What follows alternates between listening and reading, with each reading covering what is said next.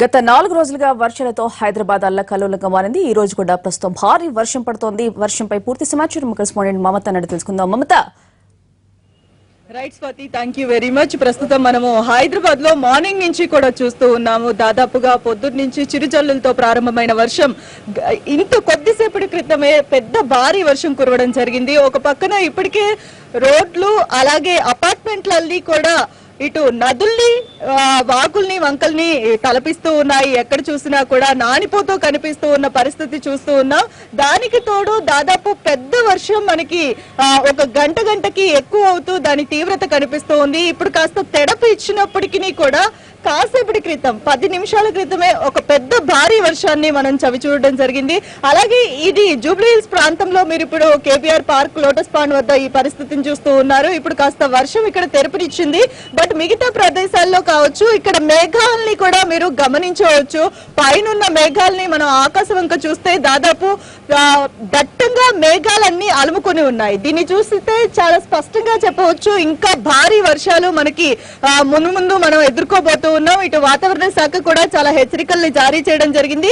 మరొక 2 నుంచి 3 రోజుల పాటు భారీ వర్షాలు నగరాన్ని ముంచెత్తబోతూ ఉన్నాయని, ఇటు ఆంధ్రప్రదేశ్ తో పాటు తెలంగాణలో కూడా అటువంటి పరిస్థితే కనిపిస్తూ ఉంది. మరోవైపు రైతులు కూడా ఇప్పటికే చాలా నష్టపోయారు. ఎందుకంటే రైతులకి కొంతవరకే వర్షం అవసరం అవుతుంది. ఇప్పుడు రైతులు పంటలు కూడా నష్టపోయిన పరిస్థితిని చూస్తూ ఉన్నాం. నగరంలో అయితే చిత్తడే మనకు కనిపిస్తూ ఉంది. ఎక్కడికక్కడ కింద చూస్తే ట్రాఫిక్ జామ్లు, ముందు కదలలేని పరిస్థితులు, నాళాలు పొంగి ప్రవహిస్తూ ఉన్నాయి. మరోవైపు మార్నింగ్ నుంచి స్కూల్ కు వెళ్లే వాళ్ళు ఇబ్బందులు పడుతూ ఉంటే ఇంటికి చేరుకోవడానికి ఇబ్బంది పడే పరిస్థితి కనిపిస్తూ ఉంది. మొత్తంగా చూస్తే ఈ వర్ష ప్రభావం అనేది ఇంకొక 3 నుంచి 4 రోజుల పాటు ఈ హైదరాబాద్ ని అతలాకుతలం చేయబోతుందని చెప్పుకోవచ్చు.